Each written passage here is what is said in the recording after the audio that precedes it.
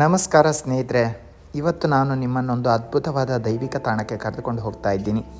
ಪ್ರಕೃತಿಯ ಮಡಿಲಲ್ಲಿ ಹಸಿರು ವನಸಿರಿಯ ಮಧ್ಯೆ ನಡೆದುಕೊಂಡು ಬರ್ತಾ ಇದ್ದರೆ ಮನಸ್ಸಿಗೆ ಏನೋ ನೆಮ್ಮದಿ. ಇದೇ ದಾರಿಯಲ್ಲಿ ಮುಂದೆ ಹೋದರೆ ಸಿಗೋದೇ ಈ ಐತಿಹಾಸಿಕ ಅಡ್ಕ ಭಗವತಿ ಕ್ಷೇತ್ರ. ದೇವಸ್ಥಾನದ ಅಂಗಳಕ್ಕೆ ಕಾಲಿಡ್ತಾ ಇದ್ದಂತೆ ಕಣ್ಣಿಗೆ ಬಿದ್ದದ್ದು ಈ ಕೆಂಪು ಬಣ್ಣದ ಕಿಸ್ಕಾರ ಹೂ. ನೋಡಿದ್ರಾ, ಇದು ಸಾಕ್ಷಾತ್ ಆ ದೇವಿಯೇ ಹೂವಿನ ರೂಪದಲ್ಲಿ ನಮಗೆ ಸ್ವಾಗತ ಮಾಡ್ತಿದ್ದಾಳೆ ಅನ್ನೋ ಹಾಗೆ ಅನಿಸ್ತಾ ಇದೆ ಅಲ್ವಾ?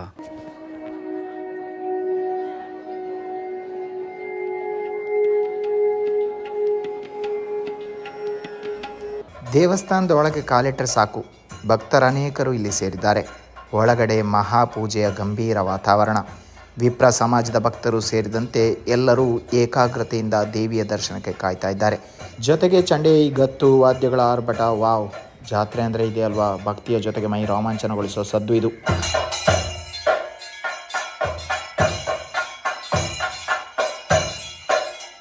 ನಿಜಕ್ಕೂ ಈ ಕ್ಷಣ ಕಣ್ತುಂಬಿಕೊಳ್ಳುವುದೇ ಒಂದು ಭಾಗ್ಯ.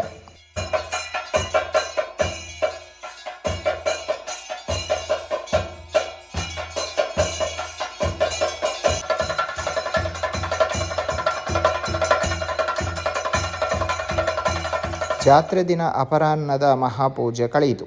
ಸ್ನೇಹಿತರೆ, ಈಗ ನೀವು ನೋಡಲಿಕ್ಕಿರುವಂಥದ್ದು ಈ ಕ್ಷೇತ್ರದ ಅತ್ಯಂತ ವಿಶೇಷವಾದ ಹಾಗೂ ಕುತೂಹಲಕಾರಿ ದೃಶ್ಯ.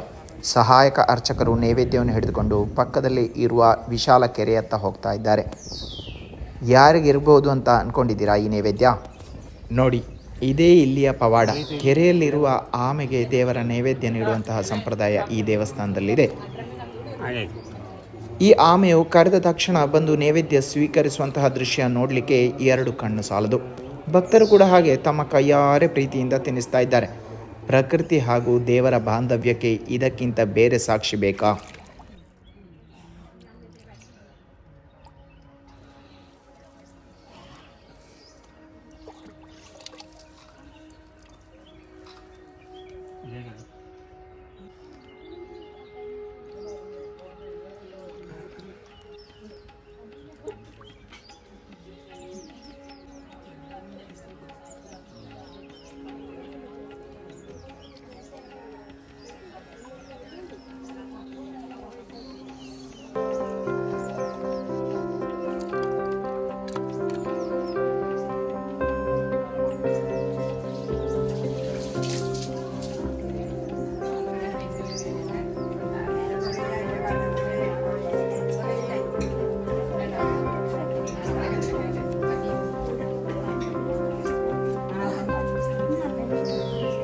ಕೆರೆಯಿಂದ ವಾಪಸ್ ಬರುವಾಗ ದಾರಿ ಮಧ್ಯೆ ಇಲ್ಲಿರುವ ಈ ಸಂಕಲ್ಪ ಸ್ಥಾನವನ್ನು ನಾವು ನೋಡಬಹುದು.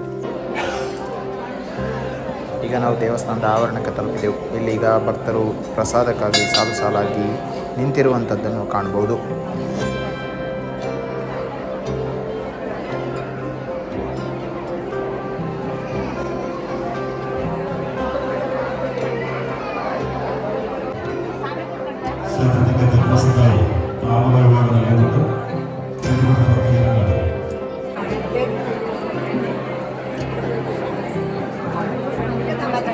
ಈ ಒಂದು ಪುಟ್ಟ ಮಗುವನ್ನು ನೋಡಿ ಅಂತೆ ಅರ್ಚನೆ ಸೇವೆ ಮಾಡಿಸಿದ ಪ್ರಸಾದವನ್ನು ಪಡೆಯಲು ಕಾದು ನಿಂತಿರುವಂಥದ್ದು.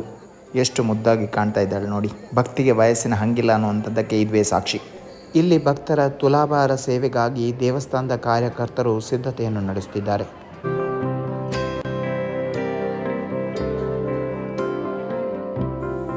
ತುಪ್ಪದೀಪದ ಸೇವೆ ಇರುವವರು ಹೀಗೆ ಗರ್ಭಗುಡಿಯ ಎದುರೆಯ ಹಣತೆ ಹಚ್ಚುತ್ತಾರೆ. ಈಗ ನಾವು ದೇವಸ್ಥಾನದ ಪೂರ್ವ ಭಾಗದಲ್ಲಿರುವ ನಾಗಬನದ ಕಡೆಗೆ ಹೋಗೋಣ. ಇಲ್ಲಿನ ವಾತಾವರಣ ತುಂಬ ಶಾಂತವಾಗಿದೆ. ನಾಗದೇವರ ಸನ್ನಿಧಿಯಲ್ಲಿ ನಿಂತಾಗ ಮನಸ್ಸಿಗೆ ಅಗಾಧವಾದ ನೆಮ್ಮದಿ ಸಿಗುತ್ತೆ.